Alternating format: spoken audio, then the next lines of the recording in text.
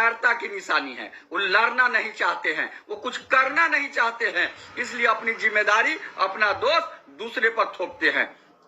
मैं पूछना चाहता हूं कि जब घोषणा किया गया था सरकार के विरोध में कि काला बिला लगाकर हम 5 सितंबर को काम करेंगे, आंदोलन का क्या हुआ? जब घोषणा किया गया था कि सभी प्रखंड मुख्यालयों में मुख्यमंत्री उपमुख्यमंत्री का पुतला दहन किया जाएगा, कितने प्रखंड में किया गया? ये हमने समीक्षा की है, हम जानते हैं। आप भी समीक्षा कीजिए कि आपके एक प्रखंड में जहाँ 1000, 1200, 1500, 800 शिक्षक थे, वहां कितने शिक्षक आप लोग शामिल हुए? तो यह जो आपकी उदासीनता है, यह सरकार के शोषण का मुख्य कारण है। और दूसरा कारण है हमारे शिक्षकों नेतृत्वकर्ताओं को अदूरदर्शिता, शिक्षकों नेताओं को उदासीनता। हम अपना नेतृत्व उन्हें दे रहे हैं जो सरकार के समर्थक है, हम अपना नेतृत्व उन्हें दे रहे हैं जिन्हें कोई मतलब ही नहीं है, जो शिक्षक ही नहीं है।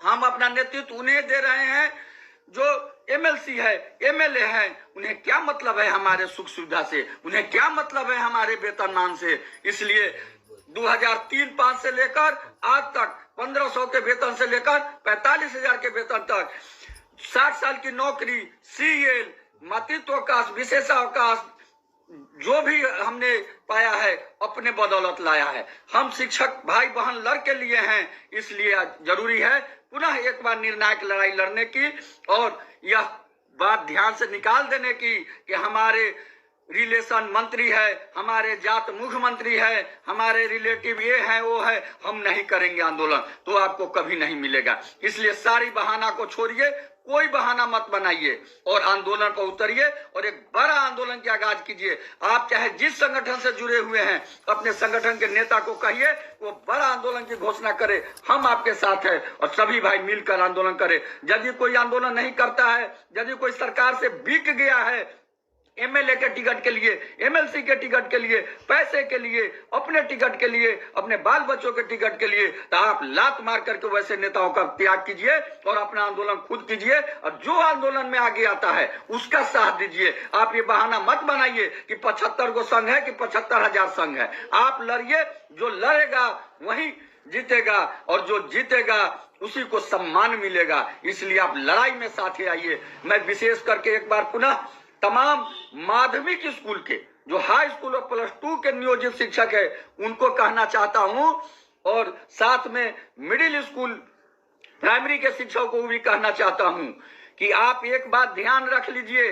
आज आपका आंदोलन कमजोर हो जा रहा है, सिर्फ पुराने टीचर है तो आपको डर है कि स्कूल बंद नहीं होगा। जैसे ही ये 1,67,000 की बहाली होगी, जिस दिन ज्वाइन करेंगे राज्यकर्मी के रूप में, उसी दिन आपसे सीनियर हो जाएंगे और उसी दिन वो हेडमास्टर हो जाएंगे। आप जो 15 साल, 20 साल, 10 साल, 5 साल से नौकरी किए हैं उसका कोई वैल्यू नहीं रहेगा और आप जूनियर हो जाएंगे।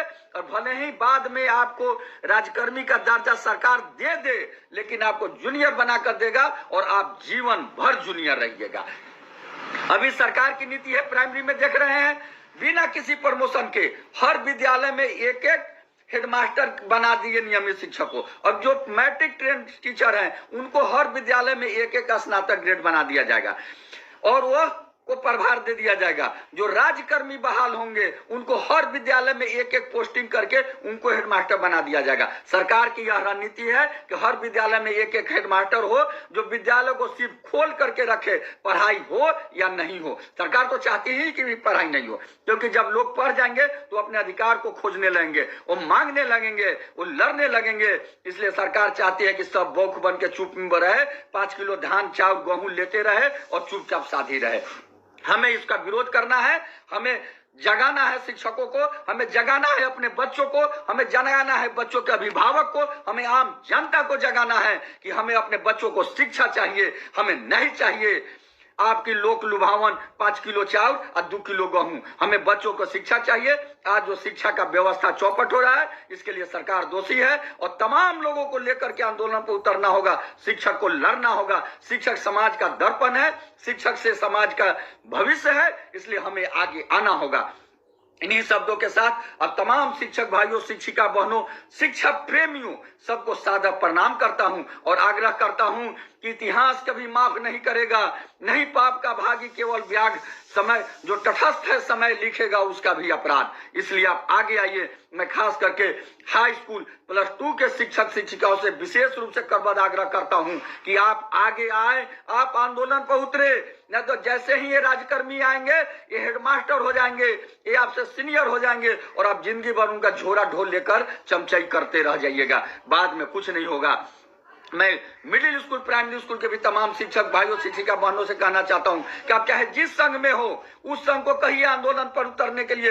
यदि नहीं आंदोलन पर उतरता है तो लात मारिए वैसे संघ को, लात मारिए वैसे नेताओं को और अपनी लड़ाई